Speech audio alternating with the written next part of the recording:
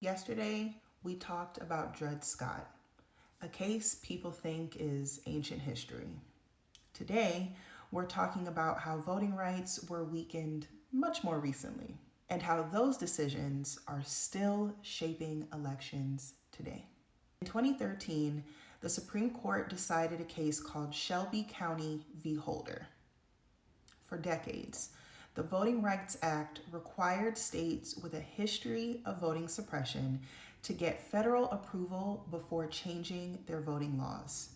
That protection was called preclearance. It existed because discrimination didn't just disappear, it adapted. The court struck preclearance down, saying the formula used to identify problem states was outdated. And once that protection was gone, states moved quickly.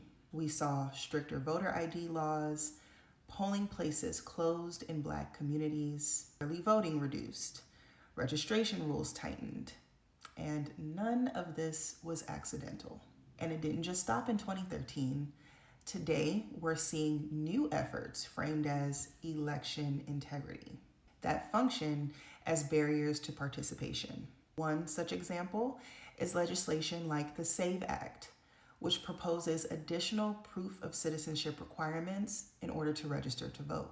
Now, on paper, this sounds neutral, but in practice, it risks disproportionately impacting elderly voters, low-income voters, and Black voters who may not have easy access to specific documents. At the same time, we've seen sustained efforts to raise doubt about past elections, particularly in the arena of mail-in voting.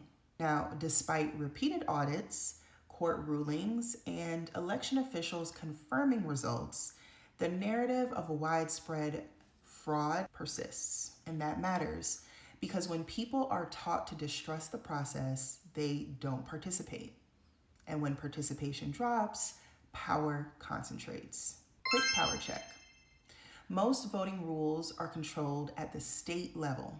That means state legislatures, governors, and state courts play an enormous role in who can vote and how easy it is to do so. And again, contrary to popular belief, the president cannot fix this alone. The Shelby County case showed us that voting rights don't have to be eliminated outright to be weakened. They can be narrowed, complicated, questioned. And if people don't understand what's happening, then it becomes easier to accept the outcome as inevitable. Tomorrow, we'll talk about how segregation was legalized through the courts and why its effects are still visible today. Your voice matters. Use it in 2026.